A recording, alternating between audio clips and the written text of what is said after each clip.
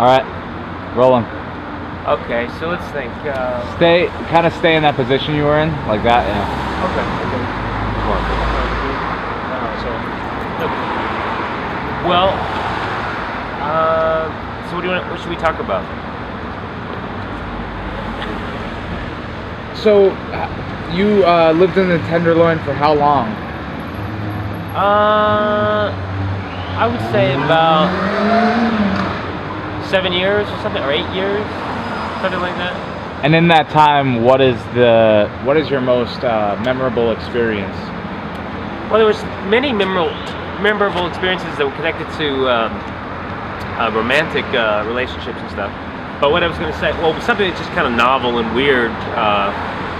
Down the street over there, I don't know if the payphone still exists, but sort of next to a payphone up the street, a couple blocks, I was sucking on somebody's breast, right, and somebody asked me for change while that was going on. So that was kind of a novel, weird thing that happened. But I don't know if that's the best thing ever. I was visiting on Christmas Eve. I was at a Christmas party in the basement of a homeless shelter over there because some friends of mine were in a jazz fusion band, and this guy got up because they said, "Does anybody want to say anything for Christmas?" And he started talking about when he was. Hold on a sec. I think there's come on. But there you go. But there was somebody. They said, "Do you want to say anything?" And he said, "Yes."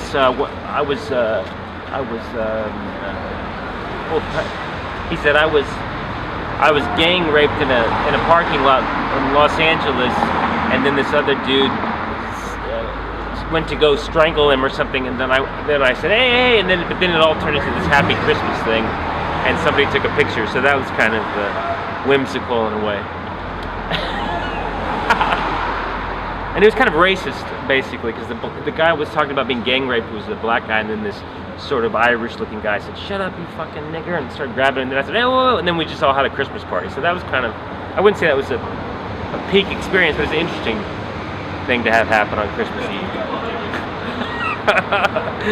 So, there was one time, let me try to think, come on through. There was one time where I was really sick from doing some drugs, and I was contemplating killing myself, and then a Scientologist approached me and took me into an office and started talking about the glories of Scientology, and it was good because and I was wearing a suit because I was a doorman at the time at a strip club, so I was wearing a suit and it was raining, but I'm saying it was nice because it was a nice trajectory that kind of got me through. So that was cool. So there's some stories. There's three kind of peak experiences. Oh, another thing too is that just because of the nature of San Francisco in general, but in particular the Tenderloin / Nob Hill and all this stuff, my worst experiences here are superior to my best experience in a lot of other places. So I've never really felt particularly depressed in any of this because I like it because it's stimulating and weirdos are everywhere, and that's my favorite thing. So I enjoy it quite a bit. So that's all I can think to say. Unless you have any other questions. What do you think about the changes that we're witnessing right now in the Tenderloin? Well, it's really not that different. I don't think. I think it's still. I mean, from the standpoint of I was away recently for 7 months. It's still uniquely San Francisco, and it's still riddled with a very nonchalant, liberal atmosphere where you can do anything, and so I don't particularly think it's destroyed. I mean, the rents have gone up, but there's just as many freaks and artists and just general adventure everywhere. So I don't personally think it's ruined or anything.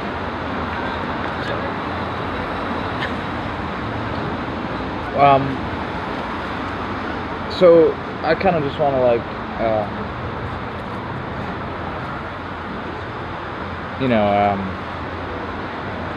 expand on that where we're talking about all the weirdos, all the freaks, yeah, that aspect of this neighborhood. How does it make it I would say like unique? Like how does it make it different than like? Well, I think like in terms of whether it's in a way that would be thought of as destructive or productive, anybody can just kind of drift into the inner city area here, and nobody will bother them for anything.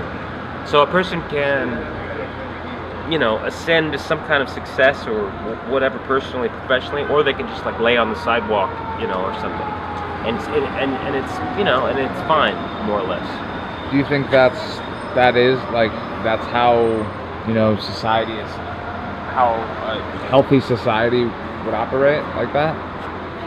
Well, it's not for everybody, but at least it's not boring, because if people are at the bottom or at the top, there's more action, there's more stimulation. Whereas if it's just neutral or in the suburbs or something, it's boring, more or less, in my opinion. Yeah. And do you think this neighborhood, these cultural qualities it has, do you think it inspires like artists? Do you think? Come on through. No, come on through. Yeah. Do you think this neighborhood inspires art, like specifically? Yeah. Well, or just. It can ultimately, but I mean, just in terms of adventure, I just think it's conducive to adventure. So the experiences, if somebody wants to express their experiences in some kind of art, you can have a lot of experience here because there's an influx of humanity and all kinds of characters and stimulus and stuff.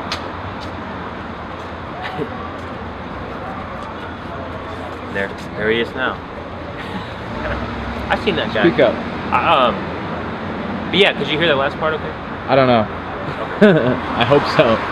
We'll check it out when we get back to my house. So have you ever had a mystical experience, like specifically here? Well, there's nothing particular that comes to mind. I mean, all the things that I said had elements of that to me, and just the overall, hold on one second. The overall, I'm saying the overall cerebralness of the city. I mean, it may sound a little pretentious or something, but I think that this, compared to other cities I've lived in or been to, it's a very mentally oriented city.